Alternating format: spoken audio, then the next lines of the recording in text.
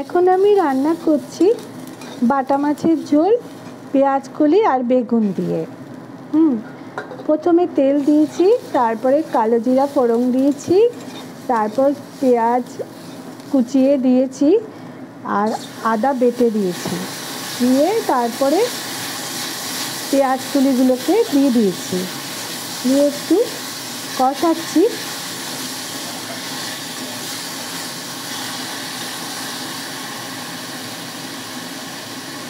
স্বাদ মতো নুন দিলাম,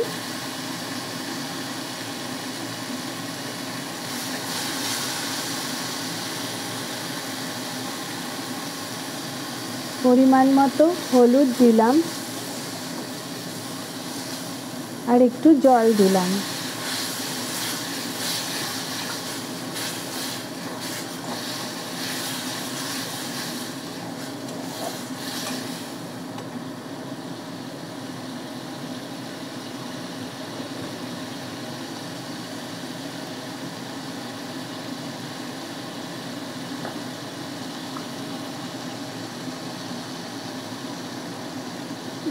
এটা হচ্ছে জিরে ধনে গুঁড়ো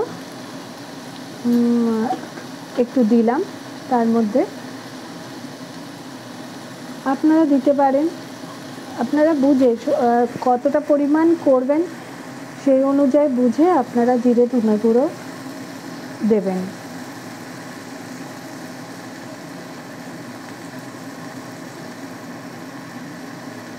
তারপর একটু জল দিয়ে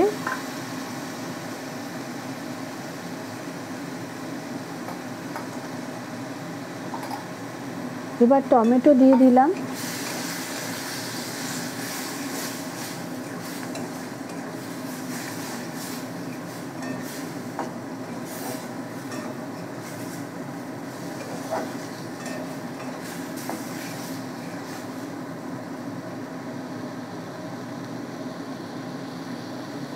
এখন বেগুনগুলো দিচ্ছি। আগে একটু বেগুনগুলো ভেজে নিয়েছিলাম, বেগুনগুলো দিয়ে দিলাম,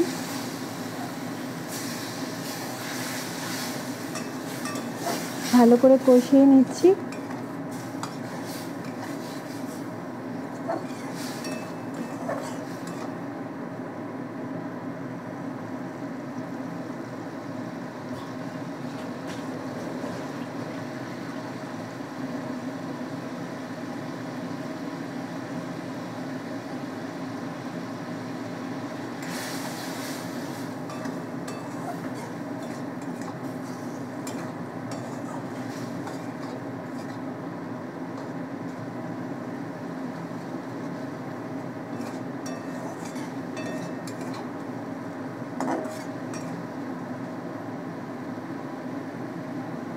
এবার একটু জল দিয়ে দিচ্ছি,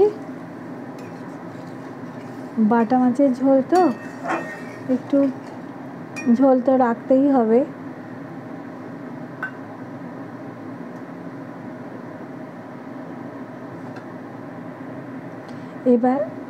এবার একটু ঢেকে দিচ্ছি, আবার আসছি একটু পরে, ঠিক আছে? এখন ঢাকনাটা উঠাচ্ছি। পেঁয়াজ কলি আর বেগুন তো নরম হয়ে গেছে, এখন মাছগুলো দিয়ে দিলাম। হ্যাঁ,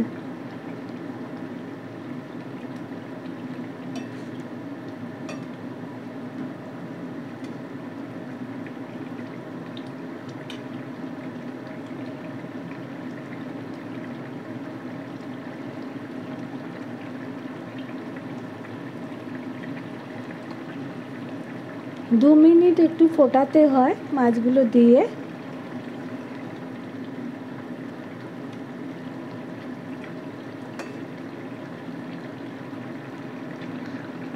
এখন ধনেপাতা দিয়ে দিলাম।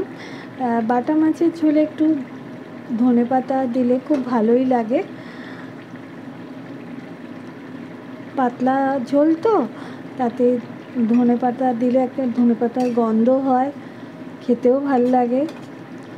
ঠিক আছে, আজকের মতো এইটুকু, কালকে আবার আসবো।